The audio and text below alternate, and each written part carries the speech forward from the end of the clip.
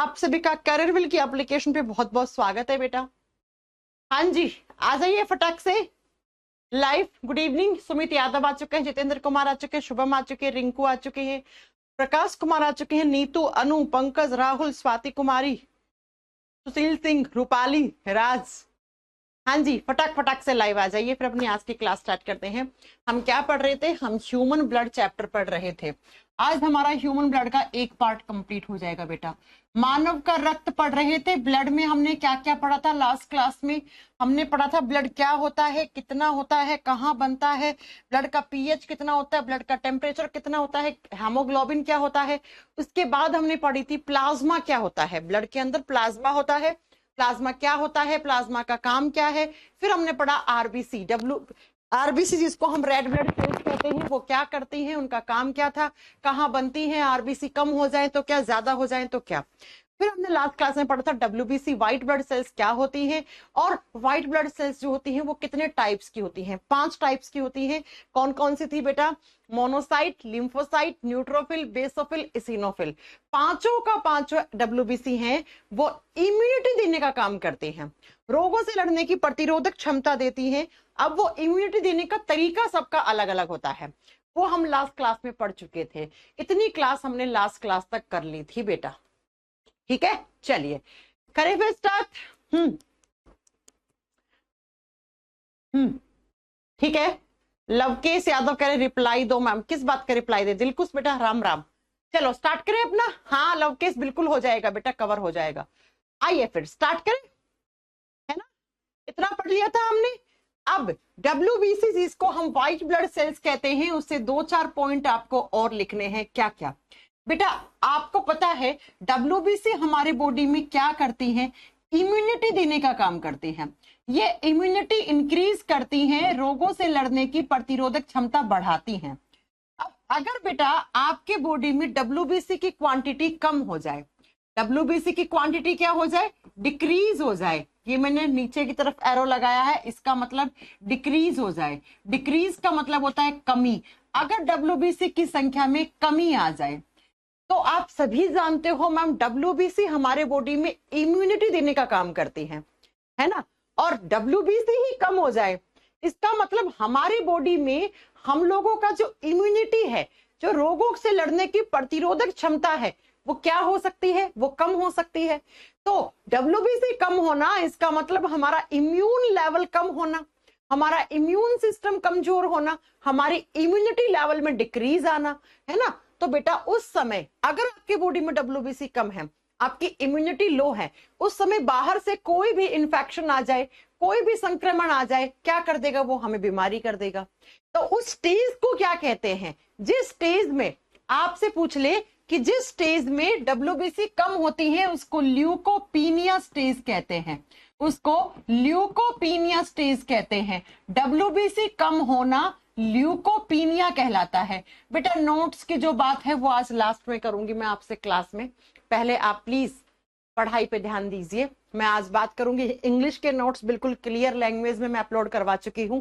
हिंदी के नोट्स में सेंड कर चुकी हूँ, लेकिन वो लोग फाइल अभी तक मर्ज करके अपलोड नहीं किए हैं, है ना? आज ही मैंने क्लास स्टार्ट करने से पहले आपके बैच में जाके देखा था कि हिंदी के नोट्स क्यों नहीं अपलोड हुए हैं। मैंने उस बंदे को मैसेज भी डाला है कि भाई हिंदी के नोट्स जल्दी से अपलोड करिए। मैं आज आपके सामने ही उसे फोन लगाने वाली हूँ, पूछूंगी भाई रीजन क्या है, क्यों नहीं हुए हैं हिंदी के नोट्स अपलोड। ठीक है, चलिए अब आ जाइए यहाँ पर। ठीक है, तो क्या बेटा डब्ल्यूबीसी में कमी आना ल्यूकोपीनिया कहलाता है। आपसे पूछेगा कि डब्ल्यूबीसी डिक्रीज होने वाली स्टेज को क्या कहते हैं, तो आप क्या बताओगे? बेटा ये वो स्टेज होती है जहां पर आपके बॉडी में डब्ल्यूबीसी की संख्या में कमी है। अब ल्यूकोपीनिया है, ल्यूकोपीनिया का मतलब क्या है? आपके बॉडी में डब्ल्यूबीसी की कमी है। तो बेटा ल्यूकोपीनिया कोई बीमारी नहीं है। ल्यूकोपीनिया एक स्टेज है, एक अवस्था है, जिस अवस्था में आपके बॉडी में डब्ल्यूबीसी की संख्या में कमी आ गई। अब इस स्टेज में अगर कोई बाहर से बैक्टीरिया, कोई जीवाणु आ गया, वो बीमारी कर जाएगा। कोई वायरस आ गया, वो भी आपको बीमारी कर सकता है।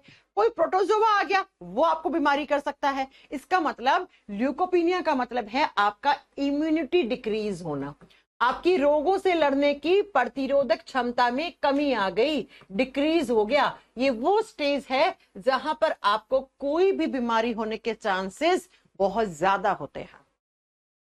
ठीक है, अब आइए दूसरा, अगर मैम WBC बहुत ज्यादा हो गई, अब बहुत ज्यादा का मतलब ये नहीं है कि 10,000 20,000, नहीं बेटा, आनी चाहिए थी 100 ml ब्लड में, हजारों में, आ रही है लाखों करोड़ों में, तो उस स्टेज को साइंस में कहा जाता है ल्यूकेमिया स्टेज। तो लिखो WBC की संख्या में बढ़ोतरी हो गई, बढ़ गई WBC, और बहुत ज्यादा बढ़ गई, हजारों में आनी चाहिए थी, लाखों करोड़ों हो गई बेटा, तो उस स्टेज को कहते हैं ल्यूके।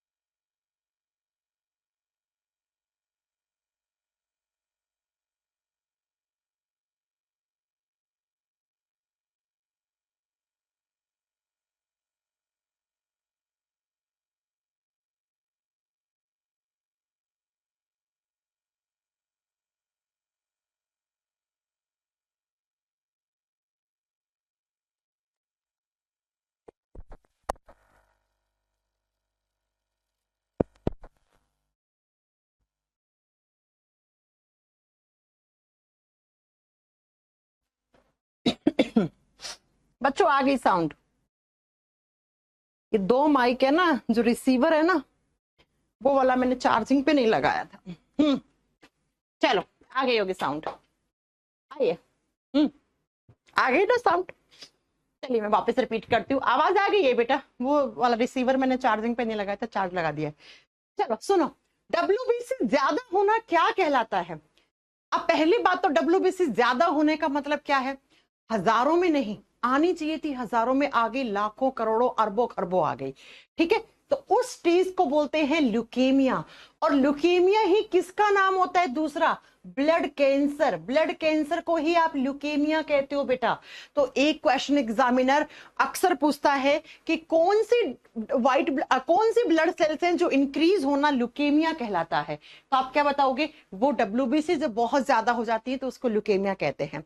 अब जरा मेरे पॉइंट ध्यान से सुनना, मैम आप कह रही हैं WBC इम्यूनिटी बढ़ाने का काम करती है, WBC बहुत ज्यादा होना इसका मतलब इम्यून सिस्टम स्ट्रांग होना, और आप कह रही हैं WBC बहुत ज्यादा होगी तो ल्यूकेमिया हो जाएगा, ब्लड कैंसर हो जाएगा। ऐसा क्यों होता है? अब बहुत ध्यान से सुनो, कमेंट मत करो बेटा, ठीक है? हाँ आ गई साउंड, आ गई है, ठीक है, साउंड आ गई है। वो एक ही बार वो मुझे रिसीवर बस चार्जिंग पे लगाना था। अब जरा ध्यान से सुन लो ब्लड कैंसर कैसे होता है। हालांकि मैं आपको कैंसर पढ़ाऊंगी आगे, तब आपको डिटेल में पढ़ाऊंगी, लेकिन फिलहाल सुन लो ब्लड कैंसर क्या होता है। बेटा कोई भी कैंसर कब होता है? किसी भी ऑर्गन की सेल्स में जब अनकंट्रोल्ड सेल डिवीजन हो जाए, जब अनियंत्रित कोशिका विभाजन हो जाए, जब सेल डिवीजन अनकंट्रोल्ड हो गया, तो एक सेल से दो बनी, फिर दो से चार, चार से आठ, ऐसे से करते करते हजारों लाखों करोड़ों सेल्स बन गई हैं, ठीक है? इतनी सेल्स की जरूरत ही नहीं थी हमें, है ना? जब कंट्रोल्ड में सेल डिवीजन होता है तो हमें कैंसर नहीं होता है। अनकंट्रोल्ड सेल डिवीजन हो गया, अनियंत्रित कोशिका विभाजन हो गया। कोशिका विभाजन क्या होता है? वो प्रोसेस है जिसके थ्रू एक सेल अपने आप को डिवाइड करके अनेकों सेल्स बनाती हैं। तो प्यारे बच्चों, बहुत सारी सेल्स बन जाती हैं सेल डिवीजन के रिजल्ट में। यानी कि मैम क्या आप बताओगी बेटा कि सेल बननी चाहिए थी हजारों में, बन गई WBC कितनी? लाखों करोड़ों में बन गई।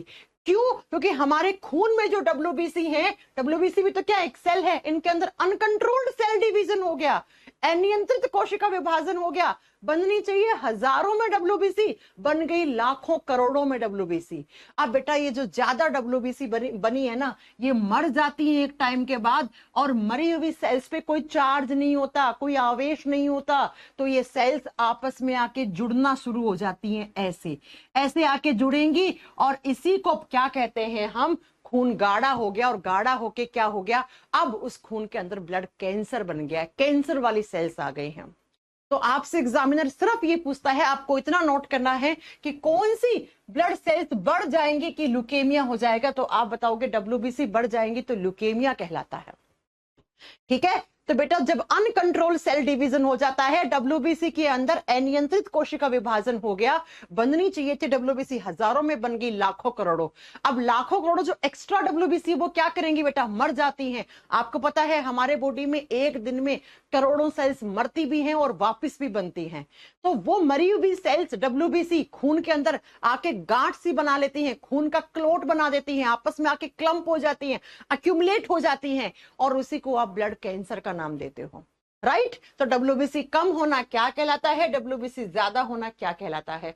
लास्ट क्लास में हमने पढ़ा था आरबीसी कम होना क्या होता है, आरबीसी ज्यादा होना क्या होता है। तो दो टाइप की सेल्स हम पढ़ चुके हैं, आप तीसरी लिखोगे ब्लड प्लेटलेट्स। आजकल डेंगू बहुत चल रहा है, और डेंगू के समय क्या होता है, प्लेटलेट्स की संख्या में कमी आ जाती है, हिंदी में बोलते हैं रक्त बिंबाणु कोशिका। ब्लड प्लेटलेट्स क्या होती हैं, ब्लड प्लेटलेट्स क्या काम करती हैं, कहां बनती हैं, है ना, सारे पॉइंट। सबसे पहला ब्लड प्लेटलेट्स का दूसरा नाम क्या होता है, इन्हीं को बोलते हैं थ्रोम्बोसाइट्स। बेटा हमारे खून में आरबीसी को हमने एरिथ्रोसाइट्स कहा था, डब्ल्यूबीसी को क्या कहा था, डब्ल्यूबीसी को हमने कहा था ल्यूकोसाइट।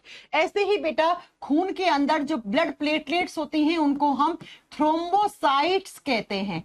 साइट शब्द का मतलब हमेशा सेल होता है, कोशिका होता है, और थ्रोम्बो का मतलब क्या होता है, थ्रोम्बो का मतलब होता है क्लोटिंग करवाने वाली, रक्त का थक्का जमाने वाली सेल्स कौन सी होती हैं बेटा, रक्त का थक्का जमाने वाली ब्लड प्लेटलेट्स होती हैं। और यही प्लेटलेट्स डेंगू के समय कम हो जाती हैं। जब इंसान की प्लेटलेट 50-60 हजार से नीचे आने लग जाएं, तो समझना अब उसकी जान को खतरा है, जल्दी से उसे ब्लड प्लेटलेट्स चढ़ानी पड़ेंगी, अदरवाइज बेटा उसका खून बहुत पतला होके इंटरनली कहीं ब्लीडिंग हो सकती है, वो मर सकता है इंसान। अभी बताएंगे थोड़ी देर के बाद में, राइट। चलिए सुनिए क्या कि ब्लड प्लेटलेट्स को हम थ्रोम्बोसाइट्स भी कहते हैं। अगली बात, मैम कितनी होनी चाहिए, इनकी क्वांटिटी क्या है, तो जरा क्वांटिटी संख्या लिख लीजिए। संख्या में बेटा ये देखो, ऑन एन एवरेज 3 से 4 लाख होनी चाहिए, लेकिन मिनिमम 1.5 लाख होनी चाहिए। ठीक है, अगर किसी इंसान में 3.5 से 4.5 लाख है ना, और किस में 100 ml HB में, 100 ml हेमोग्लोबिन में 3.5 से 4.5 लाख हैं, तो मतलब बहुत अच्छी प्लेटलेट्स हैं। मैम मिनिमम कितनी होनी चाहिए, मिनिमम बेटा 1.5 लाख तो होनी ही होनी चाहिए, 1.5 लाख तो होनी ही होनी चाहिए। 1.5 लाख से कम आ रही है, इसका मतलब डेंगू वेंगू हुआ है आपको। ठीक है, कभी कभी बुक्स में 4 से 5 लाख भी लिखा हुआ हो सकता है, तो वो भी सही है बेटा, वो भी सही है। ठीक है, एक हेल्दी पर्सन में 3 या 3.5 लाख से ऊपर होनी चाहिए, और 5-5.5 लाख से ऊपर नहीं जानी चाहिए बेटा, ज्यादा प्लेटलेट्स नहीं होनी चाहिए। अभी आपको पढ़ाएंगे ऐसा क्यों, ऐसा क्यों। ठीक है, और मिनिमम कितनी, 1.5 लाख होनी ही होनी चाहिए। 1.5 लाख से नीचे गिरने लग गई, इसका मतलब प्रॉब्लम है। ठीक है, जरा सुनिए मेरी बात। हाँ, ज्यादा होती है तो क्या होता है, अभी योगेश कुमार हम पढ़ाएंगे।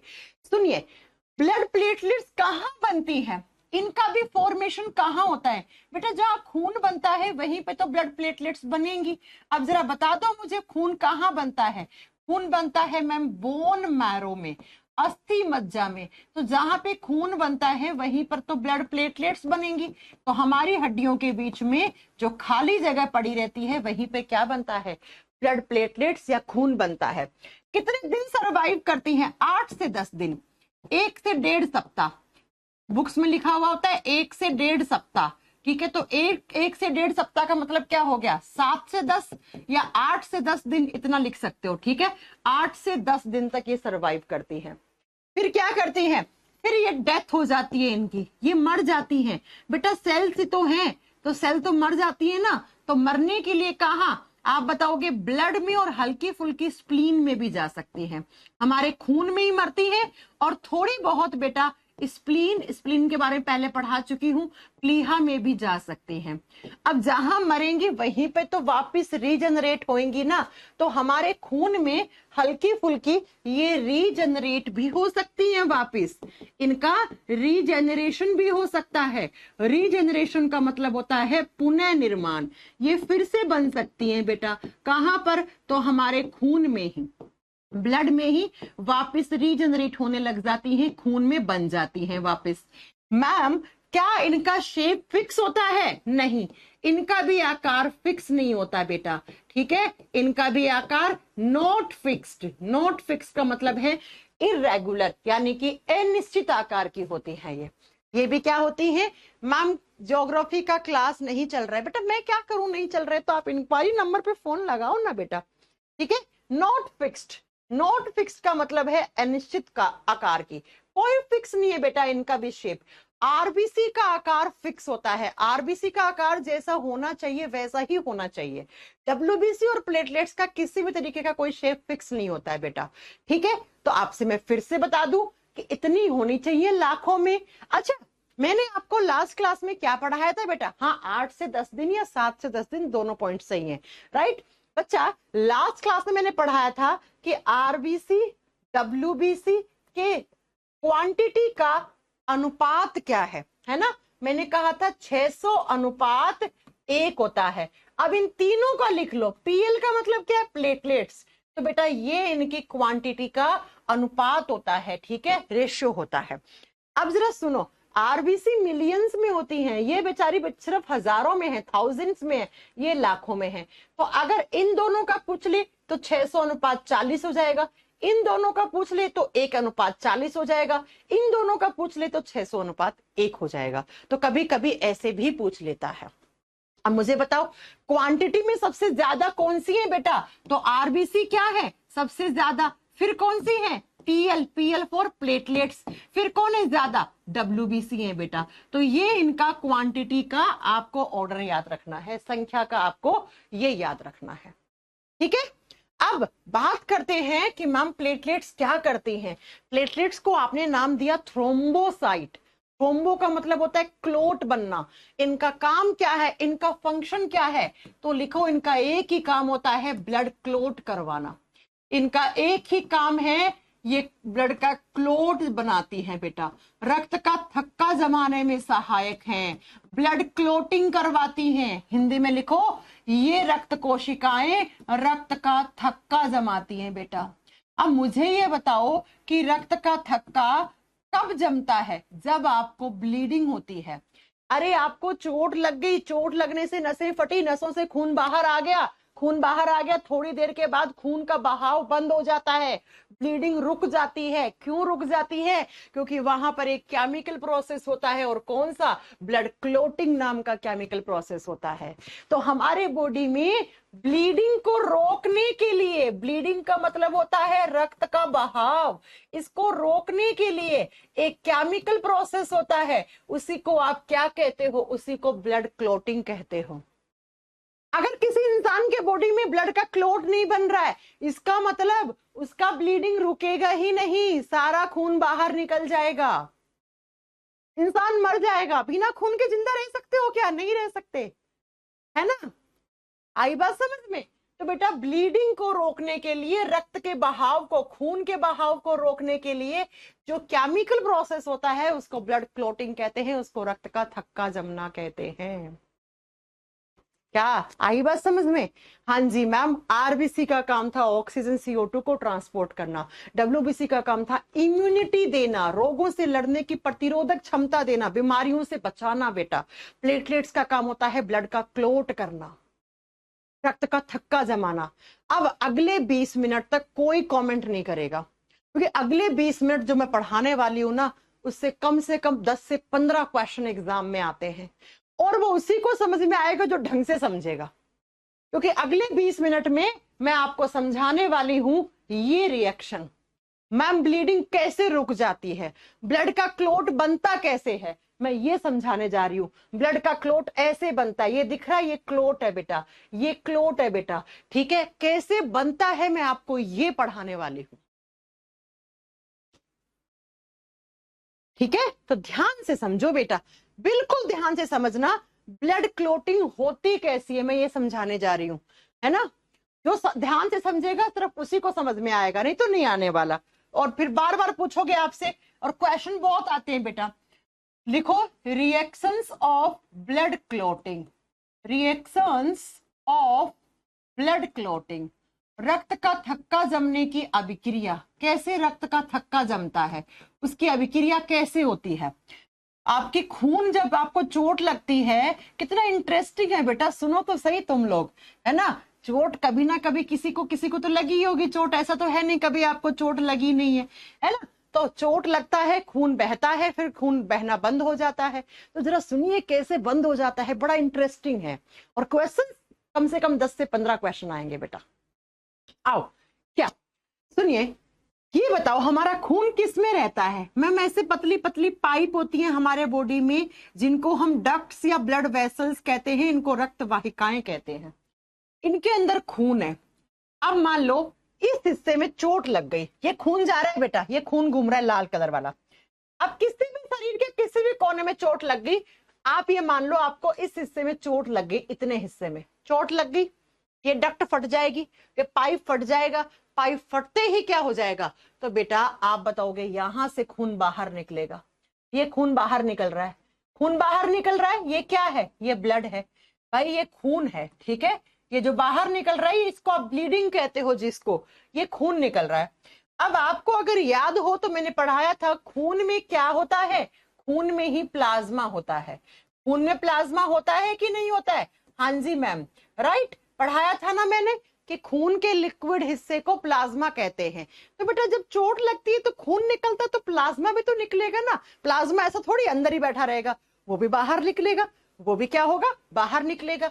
और प्लाज्मा में मैंने पढ़ाए थे ब्लड क्लोटिंग वाले प्रोटीन होते हैं, आपको याद होगा मैंने कहा था प्लाज्मा में क्लोटिंग प्रोटीन होते हैं, है ना।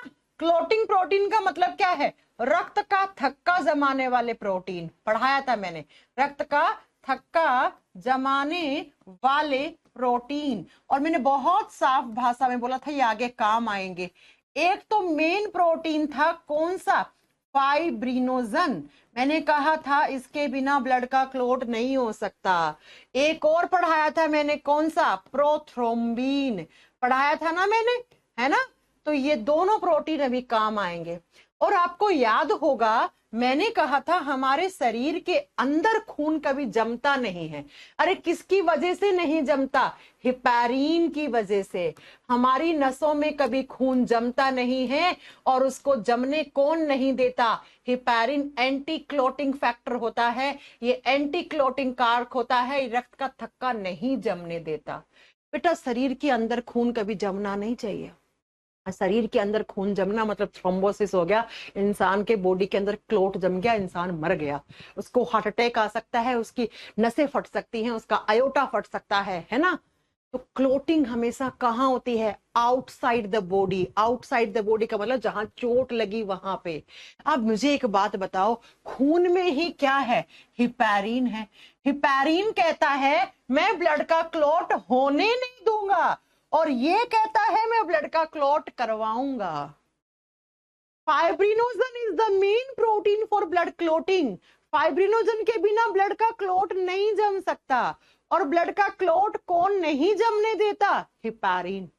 अब ये बताओ हमें लगी चोट, चोट लगी, चोट लगने के बाद खून निकल रहा है, इस खून का बहाव बंद करना है तो ब्लड का क्लोट जमना चाहिए।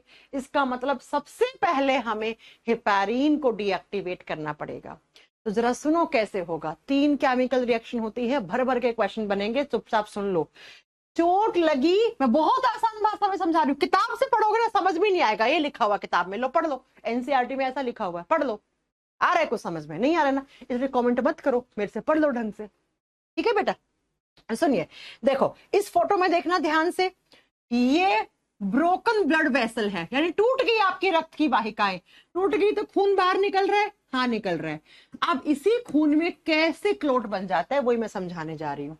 बच्चा, खून के अंदर ही होता है कैल्शियम, आपको याद रखना है, हमारे खून के अंदर कैल्शियम होता है। अरे बहुत अच्छी बात है, आपके बालों में, आपके नाखूनों में, आपके दांतों में, आपकी हड्डियों में कैल्शियम होता है, आपको ये बात पता है। लेकिन याद रख लो आज के बाद हमारे खून में भी कैल्शियम है, और खून का कैल्शियम हमेशा ब्लड का क्लोट करवाने में हेल्प करता है। ठीक है, तो यहां से चोट लगने से खून निकला, खून में ही प्लाज्मा है, प्लाज्मा में ये फाइब्रिनोजन प्रोटीन है, खून में ही हिपैरिन है और खून में ही कैल्शियम है। और सुन लो, जहां पे चोट लगती है वहां की सेल्स क्या हो जाती हैं, डैमेज्ड हो जाती हैं। डैमेज्ड का मतलब क्षतिग्रस्त हो जाती हैं, और जो डैमेज्ड सेल्स होती हैं वो क्या करती हैं, क्षतिग्रस्त कोशिकाओं से एक केमिकल निकलता है जिस केमिकल को थ्रोम्बोप्लास्टिन कहते हैं। बस अगर इतनी बात समझ में आ गई ना तो यकीन मानो बच्चों, अगले 3 केमिकल रिएक्शन आपको बहुत अच्छे से समझ में आने वाली हैं। एक बार लास्टली फिर से बता रही हूं, नहीं तो आगे का नहीं समझ में आएगा। मैंने कहा खून निकल रहा है, चोट लग गई, खून में ही कैल्शियम है, खून में ही प्लाज्मा है, प्लाज्मा में ही क्लोटिंग वाले प्रोटीन है, और खून में ही हिपैरिन है। और जहां पर चोट लगती है वहां की सेल्स हो जाती हैं डैमेज्ड, वहां की सेल क्षतिग्रस्त हो जाती हैं, और जैसे ही सेल्स डैमेज होती हैं तो वो एक केमिकल निकालती हैं, एक रसायन निकालती हैं, कौन सा, थ्रोम्बोप्लास्टिन। बस इतना समझ में आ गया, अगले 3 केमिकल रिएक्शन फटाक फटाक लिख दोगे। कैसे, सुनो बेटा, क्या होता है, जैसे ही चोट लगी, चोट लगने से खून बह रहा है, चोट लगने के 3-4 मिनट के बाद, 3-4 मिनट तक तो खून निकलता रहेगा, खून निकलता रहेगा, आपको ब्लीडिंग होती रहेगी, होती रहेगी। अब जैसे ही चोट लगे हुए 3-4 मिनट हो गया, उसके बाद क्या होता है बेटा, उसके बाद आप बताओगे हमारी खून के अंदर जो प्लाज्मा है, इस प्लाज्मा में है प्रोथ्रोम्बिन। ये पहला केमिकल रिएक्शन लिख ली हूं 1 नंबर पे, ध्यान से सुनना। हमारे खून में ही प्लाज्मा, और प्लाज्मा में होता है प्रोथ्रोम्बिन नाम का एक प्रोटीन। कौन सा, प्रोथ्रोम्बिन नाम का प्रोटीन। ये जो प्रोथ्रोम्बिन है ये बदलता है थ्रोम्बिन में। ये किस में बदलता है, थ्रोम्बिन में बदलता है बेटा। बेटा प्रोथ्रोम्बिन ना काम नहीं करता है, ये डीएक्टिवेटेड होता है, ये काम नहीं करता, ये प्रोटीन एक्टिव नहीं है। इसको एक्टिव करवाना है तो इसको थ्रोम्बिन में बदलना पड़ेगा। थ्रोम्बिन क्या है, प्रोथ्रोम्बिन की एक्टिव फॉर्म है बेटा। प्रोथ्रोम्बिन एक प्रोटीन है लेकिन काम नहीं कर रहा है, इसको काम करवाना है तो इसको किस में बदलना पड़ेगा, थ्रोम्बिन में। तो पहला केमिकल रिएक्शन क्या होता है, प्रोथ्रोम्बिन थ्रोम्बिन में बदलता है। किसकी हेल्प से, एक केमिकल की हेल्प से। तो यहां लिखो कौन सा केमिकल, थ्रोम्बोप्लास्टिन नाम का केमिकल। थ्रोम्बोप्लास्टिन और कैल्शियम प्लस एक फैक्टर होता है बेटा, एक फैक्टर होता है जिसको फैक्टर 9 बोलते हैं। अब ये क्या होता है फैक्टर 9, बाद में बात करेंगे, पहले लिख दो, कारक 9 होता है बेटा। ये कैटलिस्ट की तरह काम करते हैं। केमिस्ट्री में पढ़ते हो, किसी भी केमिकल रिएक्शन में कैटलिस्ट डाल देते हो तो वो बहुत तेजी से होती है। तो आपने उत्प्रेरक डाल दिया कैल्शियम और फैक्टर 9, और थ्रोम्बोप्लास्टिन की प्रेजेंस में प्रोथ्रोम्बिन थ्रोम्बिन में बदल गया। पहला केमिकल रिएक्शन, पहला केमिकल रिएक्शन हो गया। अब ये थ्रोम्बिन जाएगा, और थ्रोम्बिन जाके क्या करेगा बेटा, ध्यान से सुनना। थ्रोम्बिन जाके सबसे पहले हिपैरिन को डीएक्टिवेट करेगा। It deactivates heparin. बेटा जब तक हिपैरिन है तब तक ब्लड का क्लोट हो सकता है क्या, नहीं हो सकता। हिपैरिन तो ब्लड का क्लोट नहीं होने देता है, तो हिपैरिन को क्या करना पड़ेगा, कुछ समय के लिए डीएक्टिवेट करना पड़ेगा। तो ये थ्रोम्बिन क्या करता है, हिपैरिन को जाके डीएक्टिवेट कर देता है। इसका मतलब इसको रोक देता है हिपैरिन को, हिपैरिन रुक जा, ब्लड का क्लोट होने दे, नहीं तो खून सारा निकल जाएगा, नहीं तो खून सारा निकल जाएगा। तो पहले केमिकल रिएक्शन में प्रोथ्रोम्बिन थ्रोम्बिन में बदला, किसकी उपस्थिति में, कैल्शियम और फैक्टर 9 की उपस्थिति में। ये फैक्टर 9 कहां से आता है बताएंगे, अभी ठंड पाओ। थ्रोम्बिन में जैसे ही बदल गया प्रोथ्रोम्बिन, थ्रोम्बिन जाएगा भाग के क्या करेगा, हिपैरिन को डीएक्टिवेट कर देगा। अब बेटा जब हेपेरिन काम नहीं कर रहा है, इसका मतलब अब ब्लड का क्लोट बन सकता है। हेपेरिन क्लोट नहीं बनने दे रहा था, अब हेपेरिन को ही आपने थोड़ी देर के लिए बैठा दिया शांत, तो अब क्लोट बना लो आप। अब दूसरी केमिकल रिएक्शन में क्या होगा, तो सुनिए, दूसरी केमिकल, इसी कलर से लिखते हैं ठीक है, नहीं तो तुम लोग कंफ्यूज हो जाओगे। दूसरी केमिकल रिएक्शन में क्या होगा, ये जो थ्रोम्बीन है अब ये एक कैटलिस्ट की तरह काम करेगा, और इसमें क्या होगा आप बताओगे, जो फाइब्रिनोजन प्रोटीन होती है, fibrinogen protein is the main protein for the blood clotting. Fibrinogen protein है, ये थ्रोम्बीन या पेप्सिन की सहायता से, थ्रोम्बीन या ऑब्लिक लगा के लिखो पेप्सिन एंजाइम, इनकी सहायता से फाइब्रिनोजन फाइब्रीन में बदल जाता है, फाइब्रीन में बदल गया। बेटा फाइब्रिनोजन क्या है, एक बड़ा सा प्रोटीन है, एक बड़ा सा प्रोटीन है, कैसा, रेशेदार, इसमें ऐसे थ्रेड है बहुत सारे ऐसे। अब मैंने इस फाइब्रिनोजन को तोड़ दिया तो ये धागे बाहर आ जाएंगे, ऐसे बहुत सारे ये थ्रेड, ये धागे बाहर आ जाएंगे खून में। तो फाइब्रिनोजन एक बड़ा प्रोटीन है, किससे बना हुआ, फाइब्रीन। फाइब्रीन क्या है आप बताओगे, रेशे हैं, फाइबर है बेटा, क्या क्या है, धागे हैं बेटा, थ्रेड जैसा स्ट्रक्चर वाला प्रोटीन है। अब ये फाइब्रीन क्या करेगा, ये फाइब्रीन जाएगा और अपने साथ ब्लड की जो सेल्स थी, कौन सी आप बताओगे, प्लेटलेट्स, उनको अपने साथ बांध लेगा। प्लेटलेट्स का मतलब होता है बिंबाणु, अपने साथ बांध लेगा। ऐसे फाइब्रीन में क्या थे बेटा, ऐसे धागे थे, ऐसे धागे, ये धागे खुल गए, यहाँ पे आपके खून की सेल्स, ऐसे यहाँ पे रुक गई वो ब्लड सेल्स, ऐसे रुक गई ये ब्लड सेल्स। तो ये क्या बन गया, ये ब्लड का एक जंजाल बन गया, एक मैश बन गया, और इसी को ब्लड क्लोटिंग कहते हैं, इसी को रक्त का थक्का कहते हैं। जो रक्त बाहर निकल रहा था चोट लगने से, वो रक्त अब यहीं पे रुक जाएगा, और इसी को ब्लड का मैश या ब्लड का क्लोट होना कहते हैं, इसी को ब्लड क्लोटिंग कहते हैं। आई बात समझ में, नहीं आई होगी, मुझे पता है नहीं आई होगी, आनी भी नहीं चाहिए, इतनी जल्दी थोड़ी ना आ जाएगी, ठीक है। पहले बस एक बात सुन लो, इस केमिकल रिएक्शन में यहाँ पर एक विटामिन चाहिए होता है, कौन सा, विटामिन के। अब मैं लास्टली, सबसे लास्ट में एक चीज पढ़ाना जा रही हूँ, बड़ा ध्यान से समझ लेना, इसके बाद नहीं पढ़ाऊंगी वापस से, क्योंकि इससे क्वेश्चन बनेंगे वो आप लोग आंसर करोगे। सुनो, बहुत ध्यान से सुनना, एक कहानी की तरह सुनो। हमारे यहाँ पे चोट लगी, चोट लगने से खून बाहर निकला खून जब बाहर निकलता है, उसी खून में कैल्शियम होता है, उसी खून में प्लाज्मा होता है, और प्लाज्मा में क्लोटिंग वाले प्रोटीन्स होते हैं, जैसे फाइब्रिनोजन और प्रोथ्रोम्बिन, ठीक है। उसी खून में एक हेपेरिन होता है जो ब्लड का क्लोट नहीं बनने देता, ठीक है। तो क्या होगा, जैसे ही चोट लगेगी वहां की सेल्स हो जाएंगी डैमेज, क्षतिग्रस्त हो गई। जैसे डैमेज होती हैं उससे जस्ट पहले वो सेल से एक केमिकल निकालती हैं जिसको थ्रोम्बोप्लास्टिन कहते हैं। इतनी चीज आपको समझनी थी।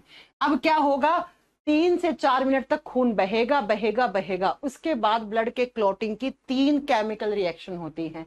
पहली केमिकल रिएक्शन में प्रोथ्रोम्बिन थ्रोम्बिन में बदलता है।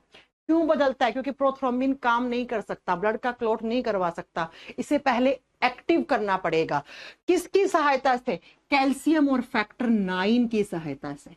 ये फैक्टर 9 पे अभी जिक्र करेंगे हम। कैल्शियम कहां से आया, खून से। थ्रोम्बोप्लास्टिन कहां से आया, डैमेज्ड सेल्स से, क्षतिग्रस्त कोशिकाओं से। और जैसे ही प्रोथ्रोम्बिन थ्रोम्बिन में बदल गया, थ्रोम्बिन जाएगा, किसको डीएक्टिवेट कर देगा, हेपेरिन को।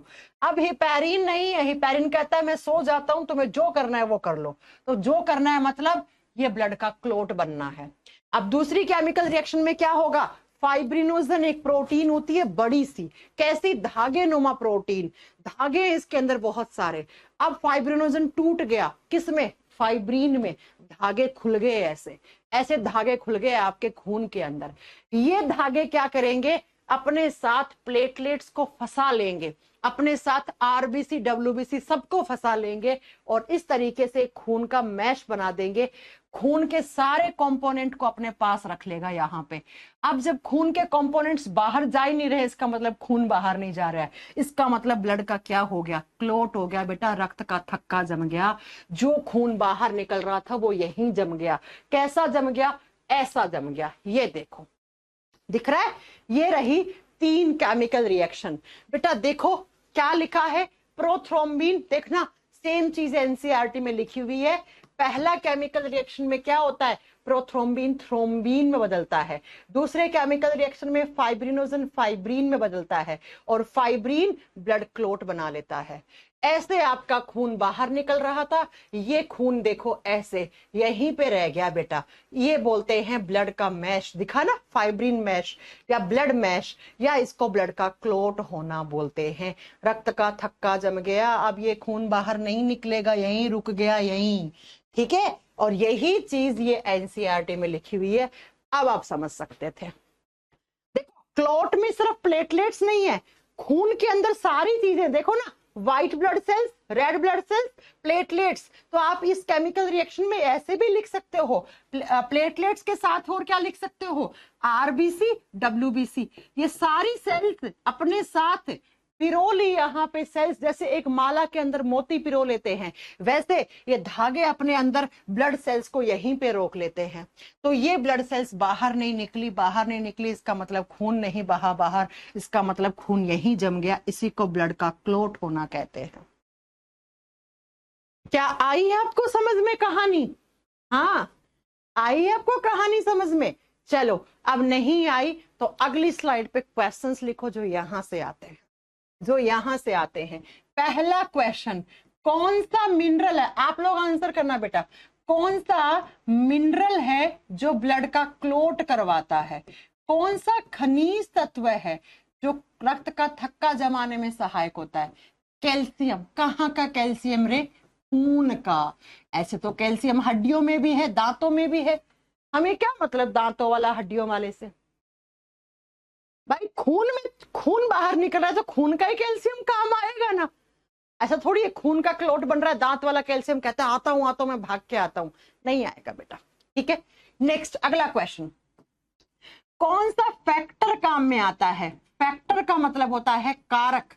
कौन से कारक? तो मैंने आपको पढ़ाया, एक होता है फैक्टर 9, ठीक है। ये जो फैक्टर 9 होता है, और एक फैक्टर 7 भी होता है, एक फैक्टर 8 भी होता है, 10 भी होता है। आप यहाँ पे सिर्फ फैक्टर 9 के बारे में याद रखो। इसी फैक्टर 9 का एक दूसरा नाम होता है हीमोफीलिया फैक्टर, ठीक है। इसी को हम कहते हैं हीमोफीलिया फैक्टर। अब ये हीमोफीलिया क्या होता है, इस पे बात करेंगे। मैम ये फैक्टर कहाँ से आया? बेटा जन्मजात आता है आपकी सेल्स में। जब आपका जन्म हुआ था ना, तब से ही आपके बॉडी में कुछ फैक्टर बन रहे हैं। इन्हीं फैक्टर को हम क्या कहते हैं? क्लोटिंग फैक्टर कहते हैं बेटा। इन्हीं को क्या कहते हैं? क्लोटिंग फैक्टर कहते हैं। रक्त का थक्का जमाने वाले कारक कहते हैं। ये कहाँ से आते हैं बेटा? ये हमारे बॉडी में जन्मजात आते हैं बेटा, ठीक है।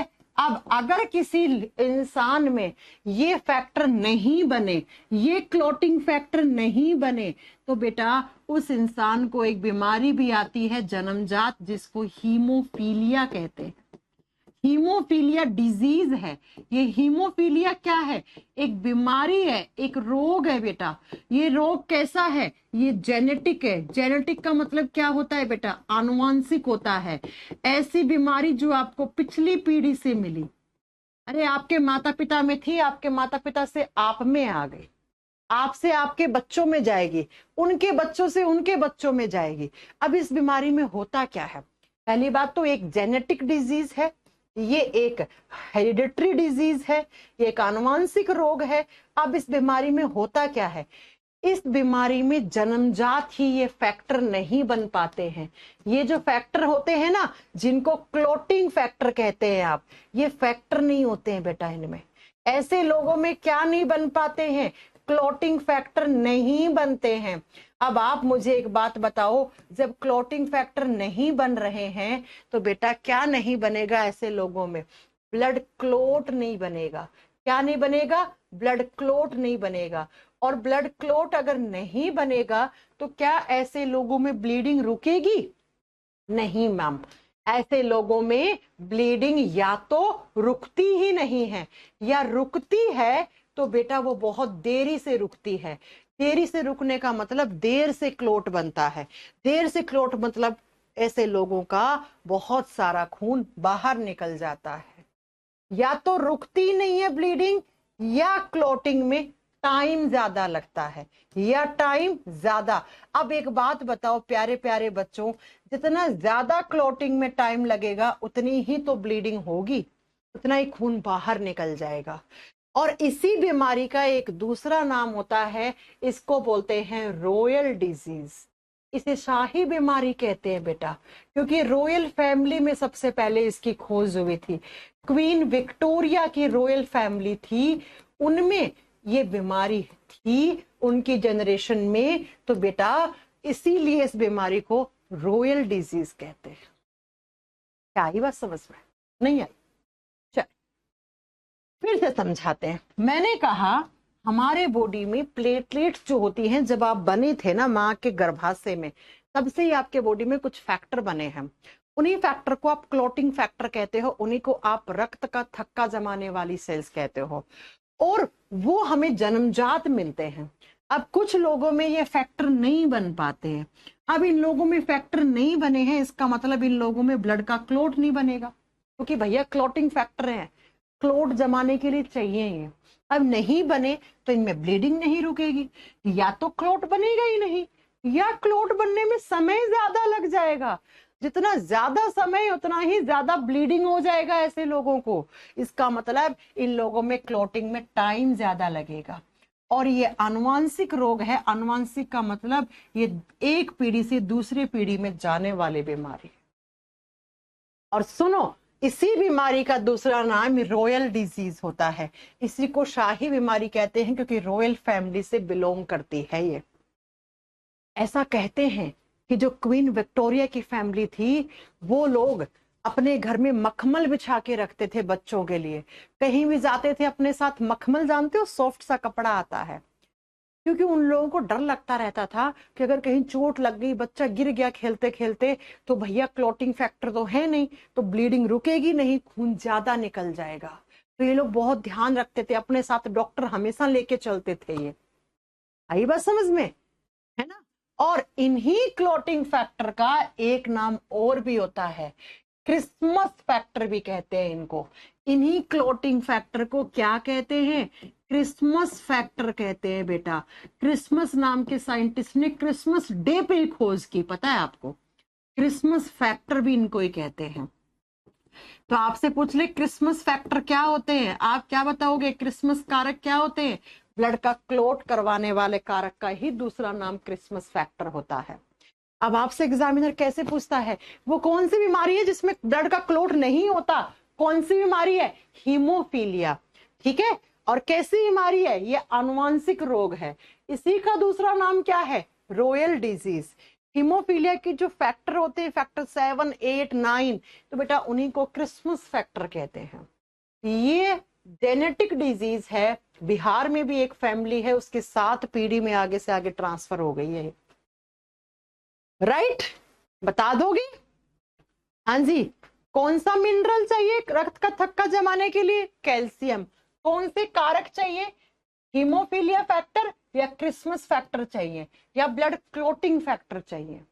तो हीमोफीलिया क्या होता है, आगे बात समझ में। अब चलो नेक्स्ट, तीसरा, अगला क्वेश्चन। मैंने कहा था ना यहां से बहुत क्वेश्चन बना दूंगी मैं। अगला, कौन सा विटामिन ब्लड का क्लोट करवाता है? Which vitamin is helpful in blood clotting? Blood clotting में कौन सा विटामिन चाहिए?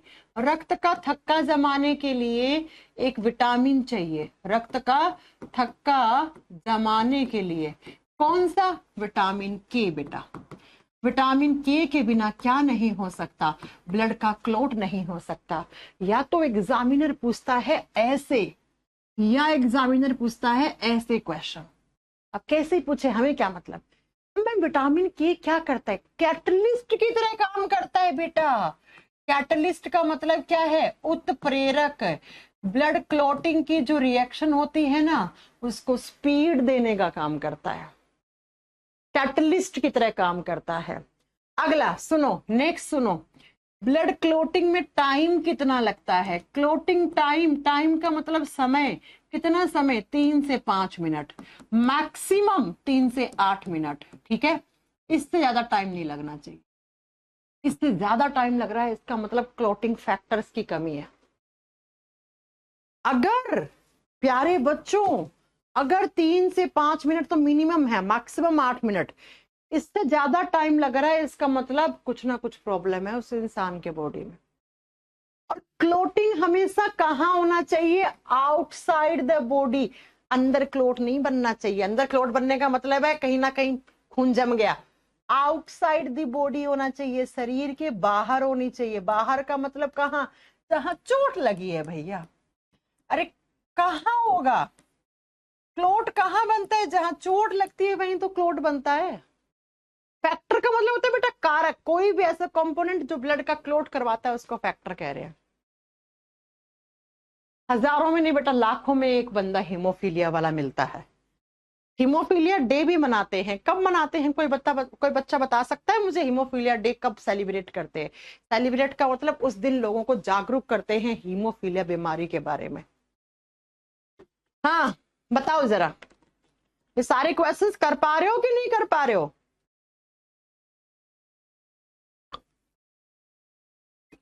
चलो अब सुनो, नेक्स्ट अगला पॉइंट सुनो। नेक्स्ट पॉइंट आता है बेटा कि जो ब्लड का क्लोट होता है वो कैल्शियम करवाता है, ठीक है? उसके बाद विटामिन के करवाता है, और ब्लड, उस बीमारी का नाम बताओ जिसमें ब्लड का क्लोट होता ही नहीं, वो हीमोफीलिया होती है, ठीक है? आप जरा मेरी बात को ध्यान से सुनना। ब्लड का क्लोट नहीं होने देता है, अरे हमारी नसों में खून को जमने कौन नहीं देता? उसको बोलते हैं एंटी क्लोटिंग फैक्टर। अच्छा आप बता दो एंटी क्लोटिंग फैक्टर कौन है? अरे जो रक्त का थक्का नहीं जमने देता उसको क्या कहते हैं? थक्का रोधी कहते हैं बेटा। थक्का रोधी का मतलब होता है जो रक्त का थक्का ना जमने दे, उसे हम हेपैरिन कहते हैं। ये सारे मैं एग्जाम के क्वेश्चन बता रही हूँ, मेरे क्वेश्चन नहीं है बेटा, है ना? हेपैरिन ब्लड का क्लोट नहीं होने देता है, राइट? हाँ, चोट लगने के बाद खून बहता है, बहने के बाद वहां काला काला पपड़ी सी जम जाता है, वही तो ब्लड क्लोट होता है। वो क्लोट बाद में सूख जाता है, सूख जाता है तो पपड़ी को उतार के नीचे फेंक देते हो, दैट इज ब्लड क्लोट। बिल्कुल सही बोले आप। अरे चोट लगती है तो थोड़ा सा ऐसा काला काला सा नहीं हो जाता 1-2 दिन? फिर क्या होता है? पपड़ी से उतरती है, नीचे उतार के फेंक देते हो, दैट इज ब्लड क्लोट। वही होता है बेटा ब्लड क्लोट, ठीक है? हाँ, 17 अप्रैल को, 17 अप्रैल को हीमोफीलिया डे मनाया जाता है पूरे संसार में।